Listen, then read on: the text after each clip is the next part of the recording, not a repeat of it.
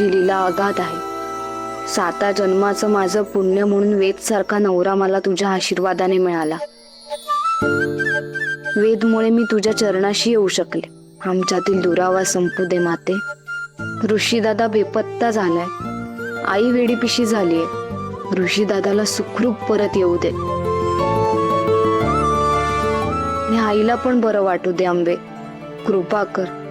माझ्या माहेरची माणसं आनंदाने उजळू दे.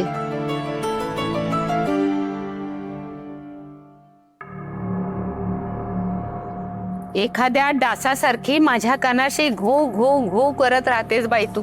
बाद झालं आता. माझी छाती तडपली ते सगळं बघून. काय असं झालं? खरं म्हणजे हे बाबाने बोलायला हवं होतं. छाती दडपली ती बाबाची.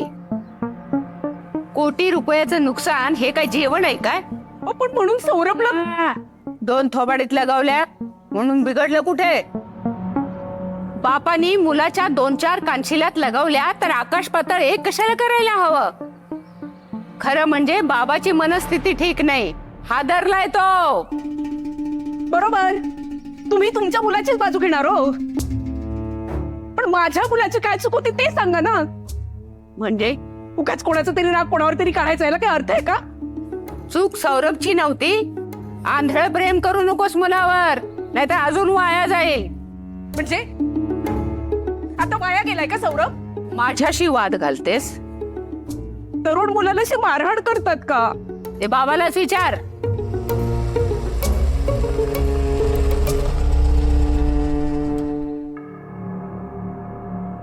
बघ, आलास बाबा.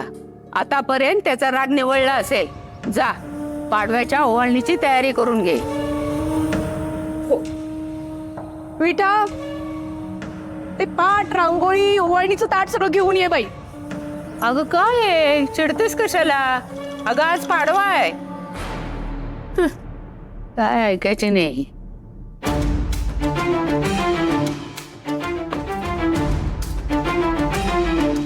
मला धमकी देतोस काय? अरे तुझ्या बारशाच्या घोगऱ्या खाल्ल्यात मी. माझे हात दगडाखाली आहे म्हणून वाचलास तू शंकर. तुझा सोक्ष मोक्ष लावण्याची वेळ आली आता.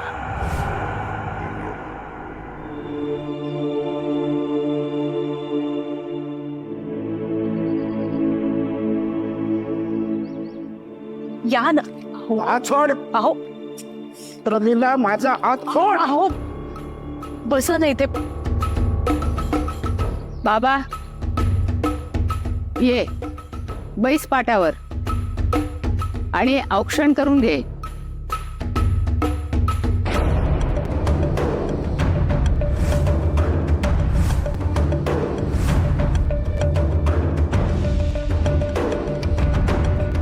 माझं इथे लाखो रुपयाचं नुकसान झालं. या औक्षणाला बस. ते अमंग तिकडेमुळे झालंय माझं नुकसान आणि आनंदोत्सव साजरा करताय.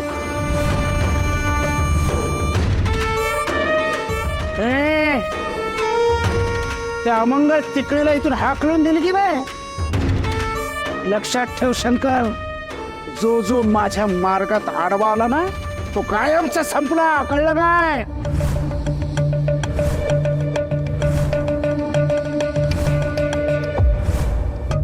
गपरा बाबा. सणासुदीचा असा धिंगाणा काय करतोस? पाटाला लात काय मारतोस? ओरड काय करतोयस? करणार मी, करणार. नुकसान झालंय म्हणून करतोय मी सगळं.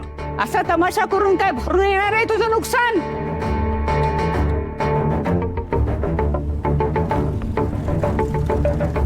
वेद आलाय, त्याच्याबरोबर शांतपणे चर्चा कर आणि पुढे काय करायचं ते ठरव.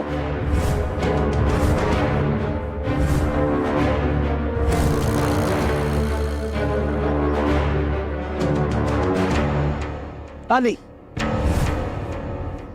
आलास? घेऊन आलास? या कपाळ करंटी अमंगळ तिकडीला माझ्या वाड्यात घेऊन आलास परत? तुला ना हिचं तोंड बघायचं नाही. कोणीतरी ना माझ्या डोळ्यावर अशी पट्टी बांधा रे.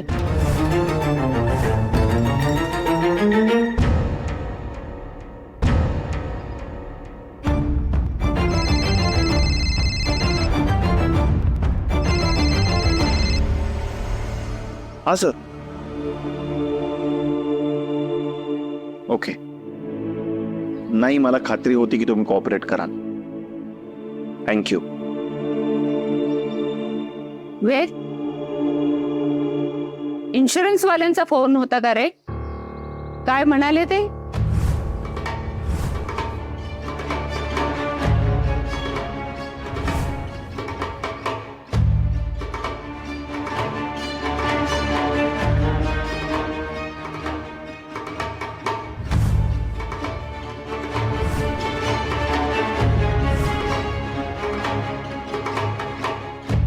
काय बघतोयस? काय काय अवस्था करून घेतली आहे स्वतःची. व्यवसाय आहे ना आपला. नफा नुकसान या गोष्टी होत राहणार. एवढ्याशा घटनेनं ही अवस्था करून घेतली तुम्ही. ए, बापाला अक्कल शिकवतोयस? बाबाराव खोत आहे मी. बाबाराव खोत. तुझ्या त्या इन्शुरन्स वाल्यांना जाऊन सांग माझं खूप नुकसान झालंय. जेवढं नुकसान झालंय ना तेवढे नुकसान भरपाई मला पाहिजे,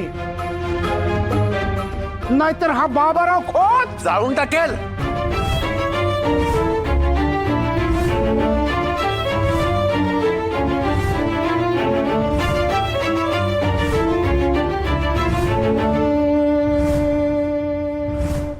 हेच धमकी दिली ना ते इन्शुरन्स ऑफिसरला.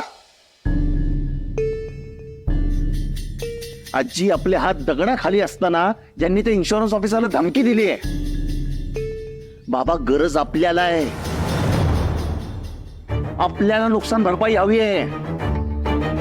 आणि तुम्हाला माहिती नाहीये का, एका सरकारी अधिकाऱ्याला धमकावणं हा एक गुन्हा आहे. हे बघ, एक मिनिट.